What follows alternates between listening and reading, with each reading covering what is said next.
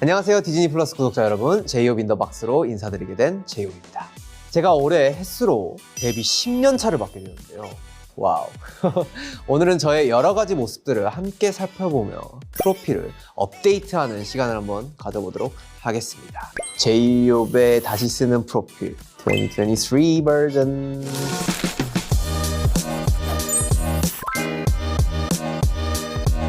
자, 한번 적어보시죠. 빨리빨리 한번 해보도록 하겠습니다. 근데 제가 좀 악필이라서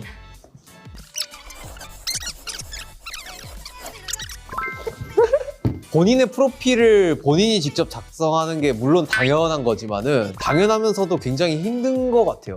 이 프로필을 만든다라는 거. 내가 내 자신을 이렇게 몰랐나? 싶을 정도로 뭔가 되게 고민을 하게 되고 시간이 정말 많이 소요가 되고 그런 시간이 되게 있으니까 다시 한번 나를 돌아볼 수도 있는 거고 굉장히 좀 재밌는 시간이 아닌가라는 생각이 듭니다.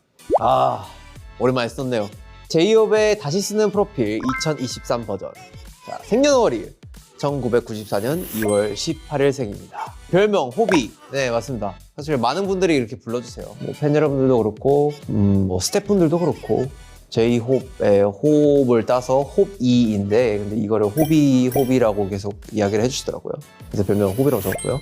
데뷔 연차 2013년 6월 13일에 BTS로 그리고 BTS의 제이홉으로 데뷔를 했고요. 취미는요. 이제 좀 적다가 생각이 안 나가지고요. 거의 반 억지성으로 적었는데 사실 제가 막 게임을 좋아하진 않아요.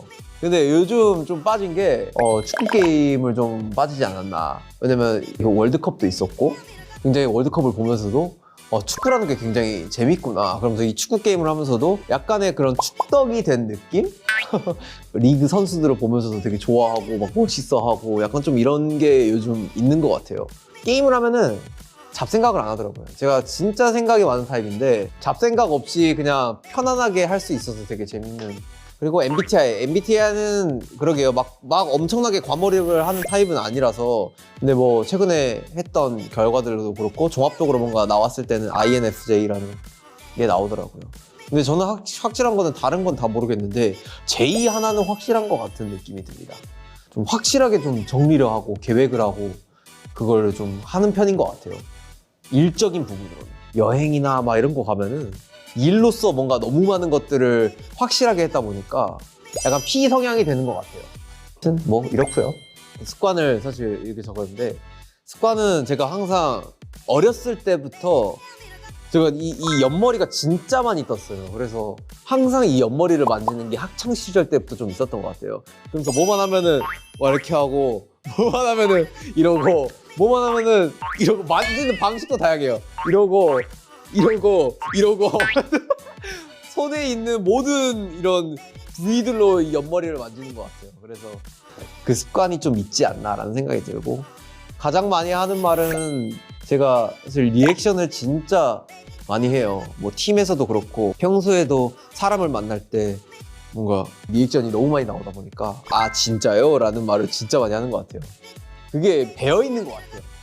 그 사람에 대한 관심의 그런 표현 중에 하나라고 생각이 들고 어떠한 사람을 만났을 때 정말 관심이 있으니까 이 말을 하는 것 같기도 해요. 정말 관심이 없으면 이런 말도 안 하죠. 가장 많이 듣는 말은 역시 제이홉.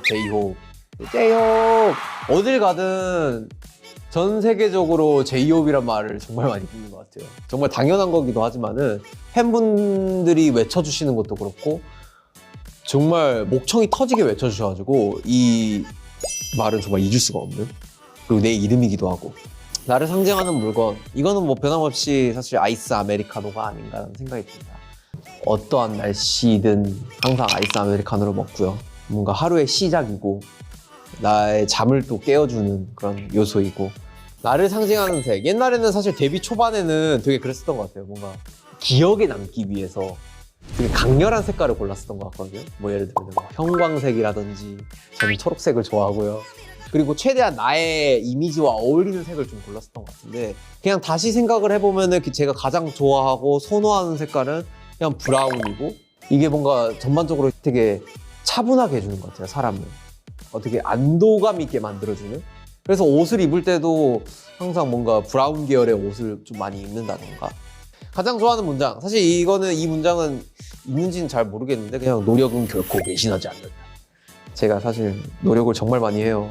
어떠한 부분이 있건 뭐 작업을 하건 어떤 춤 연습을 하던 사람을 만나던 그리고 지금 이 순간도 그렇고 제가 했던 노력들은 다 저를 배신하지 않았더라고요. 제가 뭐 롤라팔로자에서 뭐 공연을 하더라도 그런 많은 시간들을 할애해가면서 했던 그런 노력들이 그냥 다시 돌이켜보면 아, 결국 그런 노력들은 나를 배신하지 않았구나라는 생각도 들고 가장 좋아하는 공간 이거는 뭐 집일 수도 있고 여러 가지 공간일 수도 있는데 사실 집일까 작업실일까 고민하다가 결국은 작업실을 선택을 했었던 것 같아요. 이 공간이 굉장히 힘든 공간이면서도 저의 많은 그런 부분들의 흔적이 좀 담겨져 있는 공간이라서 그리고 이 공간만이 오로지 나만의 공간인 것 같아요. 오직 제이홉, 오직 정호석을 생각할 수 있는 공간이라서 그래도 작업실이지 않나라는 생각이 들고 자, 행복의 3가지 조건입니다. 이거는 사실 굉장히 고민했어요. 저는 사실 굉장히 많은 조건들이 있는 것 같은데 일단은 건강. 건강은 사실 누구에게나 주어지는 조건인 것 같고 아프지 않고 건강해야지 제 음악을 듣는 많은 사람들한테 음악을 들려드릴 수도 있는 거고 여러 가지 활동도 보여드릴 수도 있는 거고 그리고 아까 이야기했듯이 사랑입니다. 사랑. 어떠한 부분에 있어서 사랑을 받던가 뭐 어떠한 부분에 있어서 사랑을 하던가 이거는 굉장히 행복을 주는 요소 중에 굉장히 큰 부분이 아닌가라는 생각이 들더라고요. 이 감정이 없으면은 과연 이 세상이 굉장히 사람이 웃으면서 그리고 이 기쁨을 만끽할 수가 있나 라는 생각도 들고 다 그 감정이 나오는 거는 어느 작은 부분의 사랑이거든요. 그리고 하나는 일입니다. 이거는 사실 아닐 수도 있는데 어떠한 부분에 있어서 일은 일 그만하고 싶다. 일 좀 제발. 언제 나는 이 일에서 벗어날 수 있을까 막 이러잖아요. 근데 결국 일이 있으니까 어떠한 부분에 휴식이 주어졌을 때 굉장히 그 휴식이 아름답게 느껴지더라고요. 근데 과연 내가 일 없이 계속 휴식을 취했을 때 과연 이게 좋나?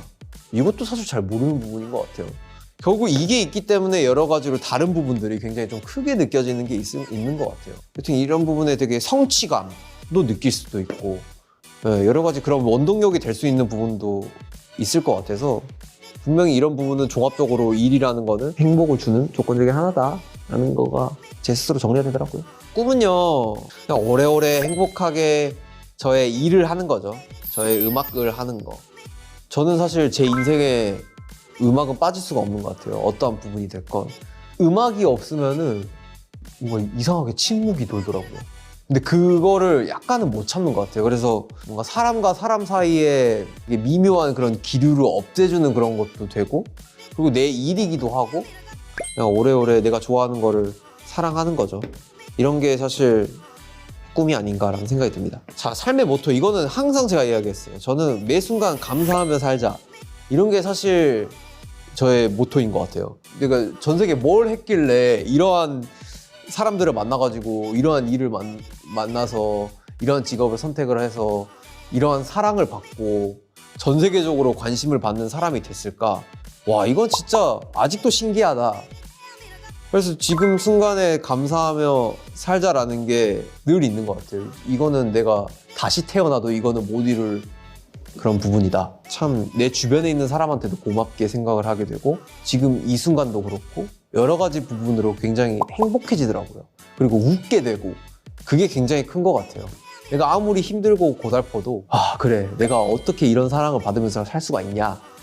지금 순간 되게 고마운 거다. 복에 겨운 소리다. 이런 거를 항상 하는 것 같아요. 그거를 부정하지 않으려고 노력을 하는 거죠. 자, 제이홉 솔로 활동 최초 타이틀 리스트 뭐 일단은 사실 잭 인 더 박스로 앨범을 나왔던 게 굉장히 또 컸고 거기에 걸맞게 가장 큰 그 포지션을 잡고 있었던 그리고 프로모션을 잡고 있었던 중에 하나가 사실 롤라팔로자 공연입니다. 이거는 어떻게 보면 저의 한계를 시험해보는 그런 무대이기도 했고요. BTS 솔로 최초로 어떻게 보면 1시간이라는 그런 되게 긴 시간의 공연을 혼자 끌어가는 부분에 있어서 굉장히 좀 중요한 첫 단추였던 것 같고 그런 첫 단추를 또 잘 그래도 마무리한 것 같아서 굉장히 이런 부분에 있어 좀 되게 중요한 타이틀 리스트가 아닌가라는 생각이 듭니다. 자, 거기에 이어가지고 사실 또 디즈니 플러스에서 이런 다큐가 또 나오는 게 굉장히 저한테도 의미가 남다르죠. 이 공연의 실황들과 그리고 저의 그런 많은 상황들을 되게 아름답게 기록을 해준 부분이 있어가지고 사실 저는 정말 제가 인생에서 가장 중요하게 생각하는 게 기록이라고 생각이 들어요. 저의 멋진 이런 순간들을 또 담은 또 다큐가 이렇게 출시가 되니까 굉장히 그런 부분에 있어서 또 의미가 있지 않나라는 생각이 듭니다. 마마 시상식에서도 사실 단독으로 참여를 했었고 마마라는 시상식은 저한테 굉장히 어렸을 때부터 너무 많이 봤던 거예요. 제가 어렸을 때 봤던 마마라는 시상식은 막 닥터들의 스눕독이 나오고 갑자기 막 무대를 선보이고 정말 화려한 퍼포먼스의 대명사. 와, 저한테 이 무대를 또 그리고 BTS가 여러 가지로 대상을 받았던 그런 이런 무대를 저 혼자 섰다라는 거는 굉장히 저한테도 의미가 남다른 타이틀 리스트가 아닌가라는 생각이 들어서 적었습니다. 그리고 뭐 미국 연말 축제 이런 거는 사실 최근에 하고 왔는데요. 이런 것도 어떻게 보면은 미국에서 굉장히 큰 시청률을 자랑을 하고 있고 여러 가지로 많은 분들이 보시는 그런 프로그램 중 하나인데 이런 프로그램에 사실 나가가지고 개인 솔로로 공연을 했다라는 거가 굉장히 좀 의미가 남다르지 않나. 왜냐면 다 BTS가 했던 것들이에요. 어떻게 보면 이 롤러팔로자를 제외한 부분은 다 BTS가 했던 거를 제가 혼자 느낌으로써 또 경험을 한 게 있고 또 배운 게 있고 생각을 한 게 있기 때문에 여기까지입니다. 자, 이렇게 2023년 버전으로 제이홉의 프로필을 다시 써봤는데요. 빈칸을 채우다 보니 저도 몰랐던 저의 모습들을 새삼 많이 알게 된 것 같아 참 감회가 새롭네요. 네. 여러분도 저 제이홉에 대해 새롭게 알게 되신 부분들이 있을 텐데 재미있는 시간이 되셨기를 바랍니다. 그럼 다음에 또 만나요. 안녕!